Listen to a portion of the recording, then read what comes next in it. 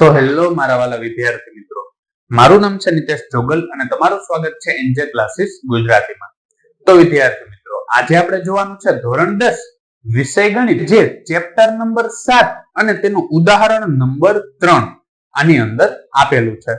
અને તેની રકમ મને કંઈક આ પ્રકારે આપેલી છે કે નીચે આપેલ આકૃતિ એક વર્ગખંડમાં પાટલીઓની ગોઠવણી દર્શાવે છે.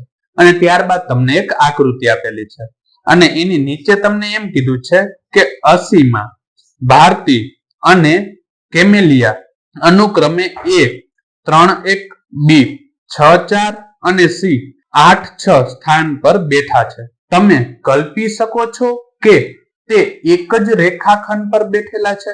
તમારા જવાબ માટેનું કારણ દર્શાવો.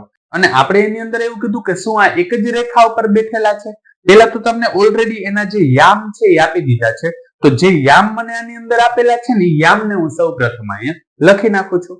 તો કંઈક આ પ્રકારના યામ મને આપેલા છે અને એને મને એવું કીધું છે કે શું આ ત્રણે ત્રણ એક જ રેખા ઉપર છે?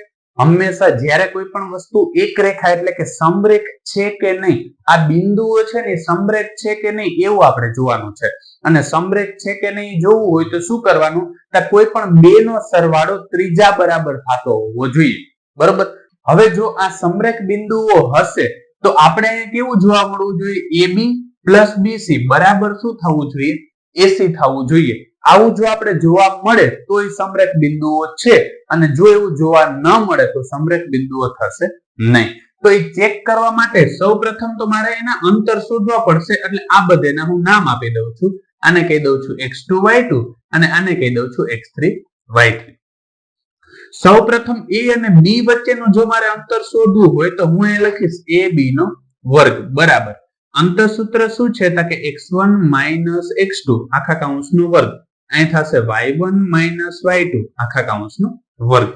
સાદુરૂપ આપીએ તો x1 બરાબર કિંમત છે 3, x2 બરાબર છે 6 આખા કૌંસનો વર્ગ, y1 બરાબર કિંમત છે 3 અને y2 બરાબર કેટલા છે 4 અને આખા કૌંસનો વર્ગ.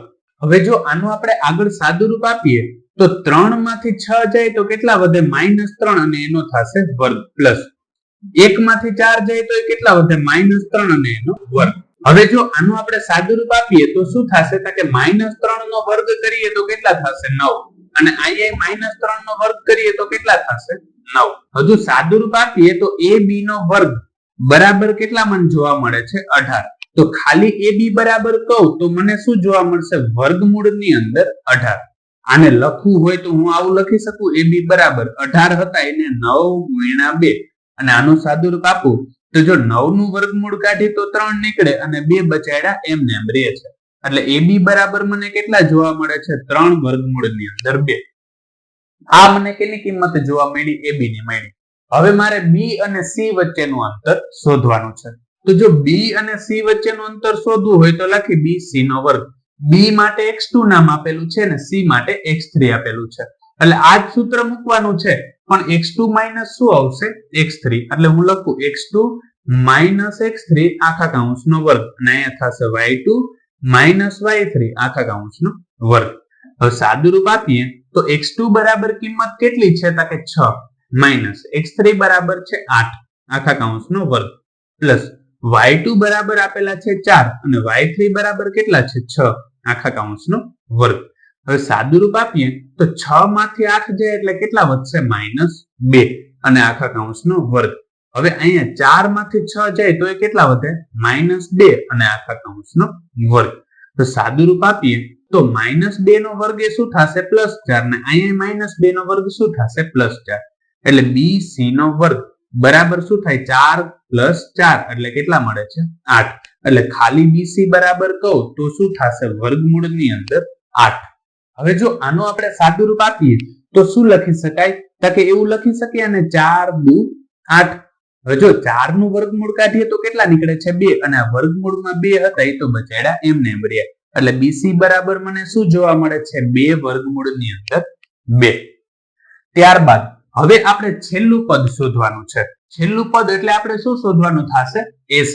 કેમ કે સમરેખ માટેની શરત જ એ છે.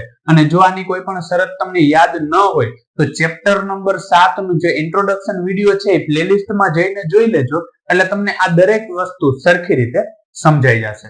તો હવે આપણે શોધવાનું છે એસી, એટલે હું લખું એસી નો વર્ગ બરાબર એ માટે નામ x1 છે અને c માટે x3 છે. એટલે સૂત્ર હું એ પ્રકારે મૂકીશ કે x1 માઇનસ x3 આખા કૌંસનો વર્ગ પ્લસ અહીં શું થશે y1 માઇનસ y3 આખા કૌંસનો વર્ગ. સાદુરૂપ આપું તો x1 બરાબર કિંમત છે 3 અને x3 બરાબર છે 8 આખા કૌંસનો વર્ગ. y1 બરાબર કિંમત છે 1 અને y3 બરાબર કેટલા છે 6 આખા કૌંસનો વર્ગ. હવે 8 માંથી 3 જાય તો કેટલા વધશે 5 અને મોટા પદની નિશાની માઇનસ હતી એટલે -5 અને એનો વર્ગ. આ બે આપણે જોઈએ તો કેટલા છે કે અહીંયા છે 1 અને એમાંથી 6 માંથી 1 જાય તો 5 અને મોટા પદની નિશાની માઇનસ એટલે -5 અને એનો વર્ગ. હવે અહીંયા -5 નો વર્ગ કરશો તો કેટલા થશે 25 અને અહીંયા -5 નો વર્ગ કરશો તો કેટલા થશે 25. એટલે જો હું એ લખું તો એસી નો વર્ગ બરાબર મને કેટલા જોવા મળે છે 50 જોવા મળે છે. હવે ખાલી એસી બરાબર કહું તો શું જોવા મળે વર્ગમૂળની અંદર 50 અને આનું સાદુરૂપ આપીએ તો આને આમ લખી શકું 25 ગુણ્યા 2. હવે સાદુરૂપ આપીએ તો 25 નું વર્ગમૂળ કેટલું નીકળે 5 અને 2 બચાડ્યા જેમ હતા એમ નંબર એટલે એસી બરાબર મને શું જોવા મળે છે 5 વર્ગમૂળની અંદર 2. હવે સમરેખ બિંદુ માટેની શરત. હવે સમરેખ બિંદુ માટેની શરત શું છે કે AB પ્લસ BC બરાબર શું થવું જોઈએ એસી. AB બરાબર મારી પાસે કિંમત હતી 3 વર્ગમૂળની અંદર 2. BC બરાબર કેટલા હતા કે 2 વર્ગમૂળની અંદર 2 અને AC બરાબર કેટલા છે 5 વર્ગમૂળની અંદર 2. હવે 3 વખત વર્ગમૂળમાં 2 હતા એમાં 2 વખત વર્ગમૂળમાં 2 ઉમેરો એટલે કેટલા થશે 5 વર્ગમૂળમાં 2 બરાબર અહીંયા કેટલા મળે 5 વર્ગમૂળમાં 2. એટલે ડાબા બરાબર શું જોવા મળે છે જબા જોવા મળે છે. એટલે એનો મતલબ એવો થયો કે ઈ સમરેખ બિંદુઓ છે. એટલે હું કહી હા તે એક જ રેખા પર બેઠેલા છે. બરાબર એક જ રેખા ઉપર બેઠેલા છે ત્યારે જે સમરેખ બિંદુ થાય છે. અને હજુ આમાં કોઈ પણ જગ્યાએ જો તમને કોઈ પણ પ્રકારનો પ્રશ્ન રહી જતો હોય તો કમેન્ટ સેક્શન ની અંદર કમેન્ટ કરીને કહી દેજો કે જેથી એનો સોલ્યુશન પણ હું તમારા માટે લેતો આવું. તો વિદ્યાર્થી મિત્રો આજ માટે બસ એટલું જ. જો તમને અમારો આ વિડીયો પસંદ આવ્યો હોય તો વિડીયોને લાઈક કરીને ચેનલને સબસ્ક્રાઇબ કરવાનું ન ભૂલતા, કારણ કે જ્યારે તમે વિડીયોને લાઈક અને ચેનલને સબસ્ક્રાઇબ કરો છો ત્યારે અમને મોટિવેશન મળે છે અને આ જ પ્રકારના વિડીયો અમે તમારા માટે બનાવી શકીએ છીએ. ધન્યવાદ.